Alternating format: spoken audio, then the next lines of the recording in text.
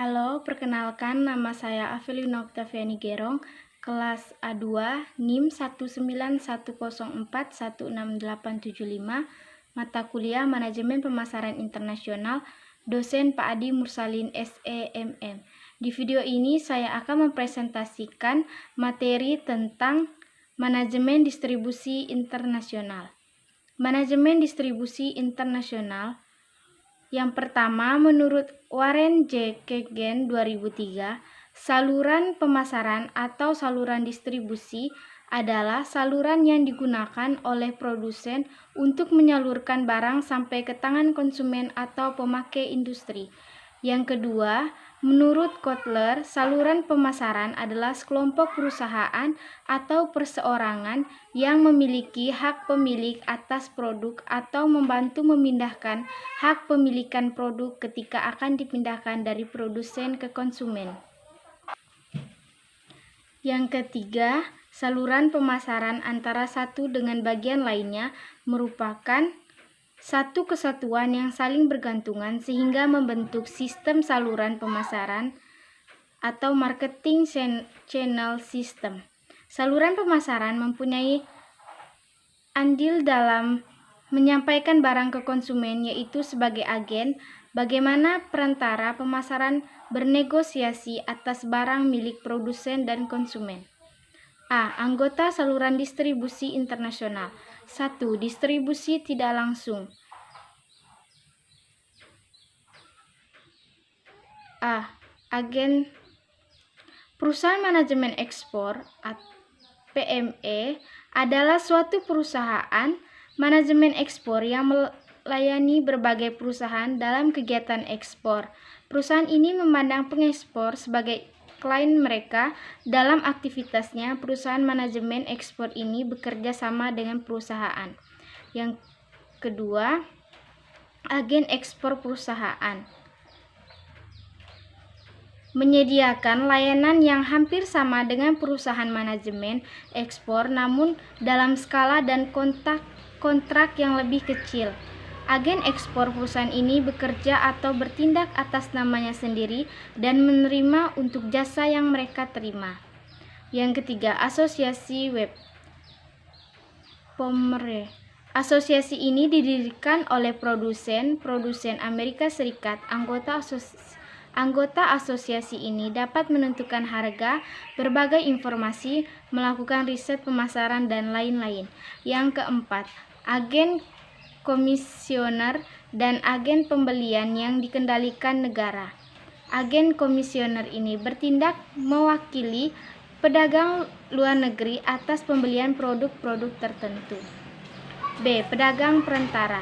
Pedagang perantara memiliki hak atas produk dan melakukan hubungan dagang dengan menggunakan nama pribadi dan memiliki otoritas yang berbeda antara pedagang perantara satu dengan pedagang perantara lainnya dalam kaitannya dengan barang tersebut. Mereka dapat melakukan pengiriman atau tidak. Ada beberapa jenis pedagang perantara, antara lain yang pertama pedagang ekspor, yang kedua koperasi pengekspor, yang ketiga pemasok ekspor. 2. Distribusi langsung. A. Distribusi langsung melalui agen. Dalam pendistribusian langsung, perusahaan dapat bekerja sama dengan agen perantara di luar negeri yang mana agen ini tidak memiliki hak atas barang tersebut. Ada beberapa macam, antara lain B. Perwakilan agen. Kegiatan sales representative ini merupakan perwakilan perusahaan di negara asing untuk melakukan penjualan di negara tersebut dan komisi didapat dari penjualan. Yang C. Agen pembelian. Agen pembelian ini kadang disebut juga dengan pembeli barang untuk diekspor. Mereka aktif bergerak mencari produk dengan verifikasi tertentu untuk kepentingan luar negeri dengan standar produk dan harga dari luar negeri. Yang D. Pialang ekspor. Tugas dari pialang ekspor adalah mempertemukan pembeli luar negeri dengan penjual lokal.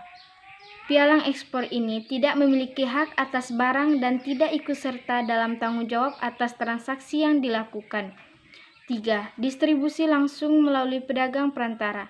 Pedagang perantara mengambil alih atas produk, pembelian produk, dan kemudian menjualnya kembali dengan nama pribadi.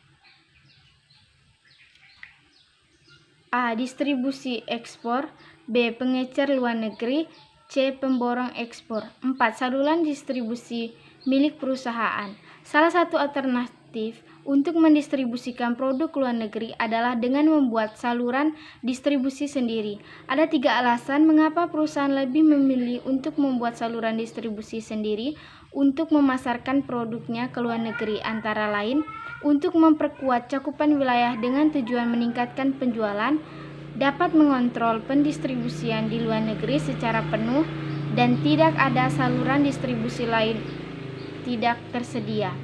Yang kelima, pasar kelabu atau grey market. Grey market merupakan salah satu alternatif yang bisa digunakan untuk memasarkan produser internasional, di mana distribusi barang di sini dilakukan melalui saluran yang tidak memiliki otoritas. B. Keputusan desain saluran. Dalam menentukan saluran pemasaran, produsen harus bisa memilih saluran apa yang ideal dan praktis. Bagaimana mereka memilih saluran pemasaran yang sesuai, serta bagaimana mereka meyakinkan perantara yang baik untuk menangani lini tersebut hingga perusahaan tersebut berkembang dan akhirnya mereka dapat memperluas, memilih, dan menggunakan saluran pasaran yang ideal dengan ukuran perusahaan tersebut. Maka dalam hal ini, mengambil keputusan dan analisis saluran yang sesuai bagi perusahaan sangat diperlukan. Beberapa tahapan yang perlu diperhatikan dalam kaitannya mengambil keputusan desain saluran yang tepat antara lain: yang pertama, menganalisis kebutuhan konsumen; yang kedua, menentukan tujuan saluran; yang ketiga, mengidentifikasikan alternatif utama; yang keempat, mengevaluasi alternatif utama; yang kelima, pemilihan anggota saluran; yang keenam, pengendalian anggota saluran. Terima kasih.